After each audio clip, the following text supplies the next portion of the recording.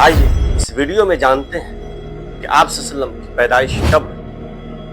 آپ صلی اللہ علیہ وسلم کی پیدائش سن 571 عیسوی 22 اپریل اور 12 ربیع الاول کو آپ کی پیدائش جزیرۃ العرب مکہ مکرمہ میں ہوئی۔ جب آپ کی پیدائش ہوئی تو آپ کے والد محترم دنیا کو چھوڑ چکے تھے۔ کچھ مہینہ پہلے آپ کی پیدائش کے بعد ابو لہب کی جو لونڈی تھی اس نے آپ کو دودھ پلایا۔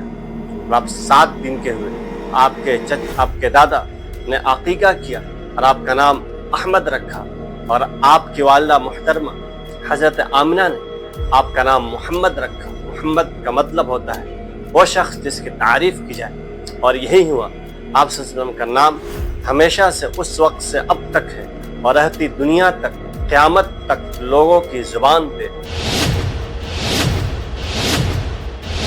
محمد عربی حضرت محمد مصطفیٰ صلی اللہ علیہ وسلم ہے۔